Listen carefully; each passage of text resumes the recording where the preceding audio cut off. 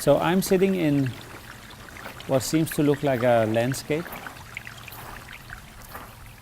and I'm looking down a slope here in front of me, and I just walked up the slope and I sat down here.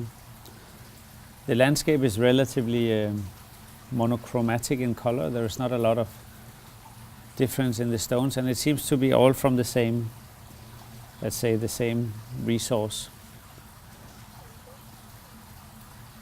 I wonder what people note, because now I made this, so I obviously see a lot of things that I'm not necessarily supposed to see, such as to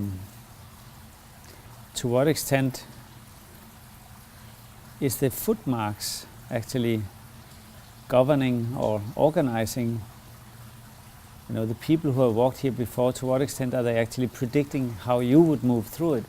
So this is quite interesting, and because I can sit here and say it's a sort of a landscape, and it's inside of a museum. There's white walls, there's a gray sort of rock landscape, but obviously there's much more than that. There's steps, there's the noise of the water behind me, there's the noise of the people walking by when somebody comes here, and there's also the quality of the light, the humidity, the atmosphere, you could say, the spherical conditions, some of which I have worked with quite carefully.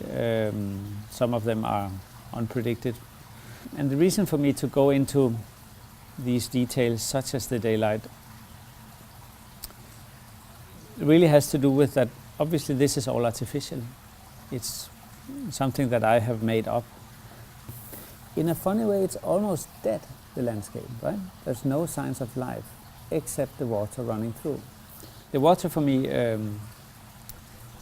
it's interesting because it flows. I mean, obviously it has a narrative because it's about a landscape and there is water and so on and so forth, but it's also about, if the water had not been there, it would have been incredibly, how should I say, static. So within this,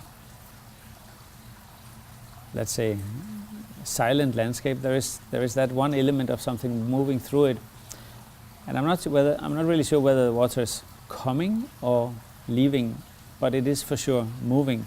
So there's not a goal.